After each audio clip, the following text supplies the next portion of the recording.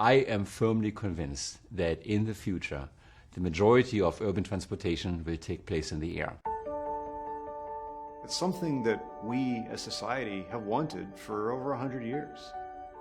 Little kids grow up drawing pictures of flying cars, building them out of Lego, and dream of having their own one day.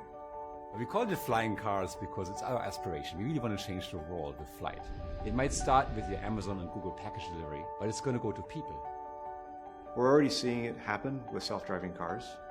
We're already seeing it happen with little drones. These different kinds of technologies are enabling new kinds of transportation. We are going to cover drone technology at a variety of levels. We're going to spend some time talking, obviously, about the higher level autonomy and the mission planning. Really what this course is about is giving students the chance to implement algorithms and ideas and technical concepts on aircraft. What we want to do is we're going to try and make that future happen sooner by training future engineers in the technologies needed to make that vision happen. Udacity is a great starting point for anybody who wants to learn more about these technologies, more about this application domain, and more about flying vehicles.